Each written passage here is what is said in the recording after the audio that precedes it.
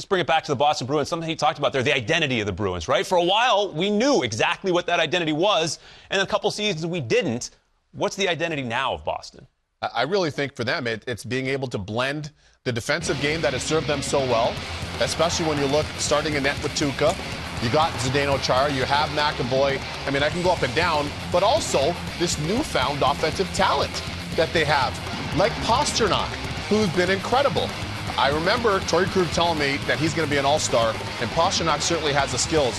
Marchand becoming one of the best offensive players in the league and most consistent offensive players. Don't discredit Bergeron because he plays a 200-foot game. Still very skilled, still can contribute offensively. Same thing with David Backes. A little bit more physical, can play in the alleys, along the walls. Almost a prototypical Bruin, really, David Backes is, when you think about it. But he's got the defensive acumen. He's played for Ken Hitchcock. So I just think for them right now, overall, from a team perspective, is to continue to do what they do well defensively, but attack, play on their toes, embrace that which Bruce Cassidy is trying to implement within their group. And I think that could take them a little bit deeper. Although, here's the thing, Mears, we talked about it. I'm a little bit surprised that they stood as pat as they did in this offseason. It was a little quiet. A little quiet on the causeway. There was some talk about Kevin Shattenkirk. Obviously, that didn't work out. Sure.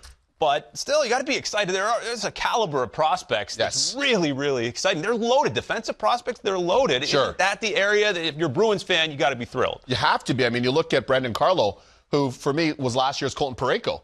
Somebody that, of course, David Backes would know from his time in St. Louis. I love what Carlo brings to the table. They do have a lot of prospects, guys that are playing down in Providence, which affords them the flexibility to perhaps make some moves on a go-forward basis. We talked about all the right-handed shots on the blue line as well. Perhaps that puts them in a position, and it certainly does, just based on need and want. You know how many times I talk to NHL GMs and go, I want to get a right-handed D. I need another right-handed D. Well, look at the causeway. They're all there.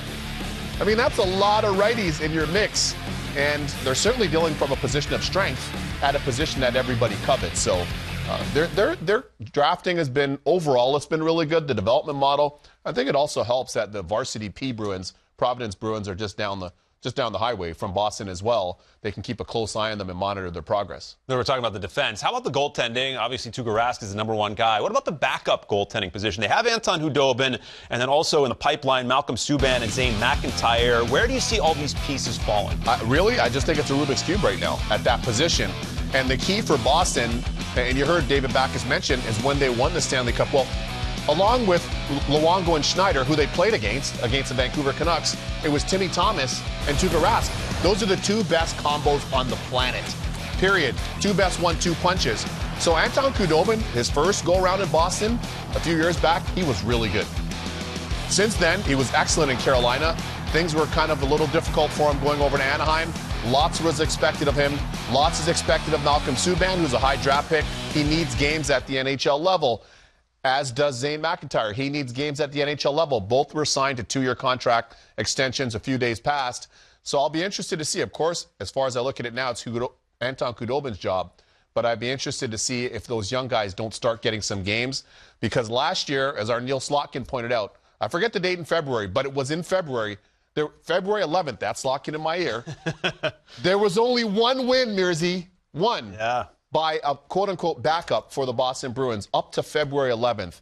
And then Khudobin, to his credit, was able to find his game late in the season and was really good for them down the stretch. But because Tuukka's not the biggest guy in terms of stature, you need a guy that can come in and perhaps give you 20 really good games. Out of 20, maybe 15, give you the chance to get some points. So I'm really interested to keep my eyes on that backup position for the Bees this year.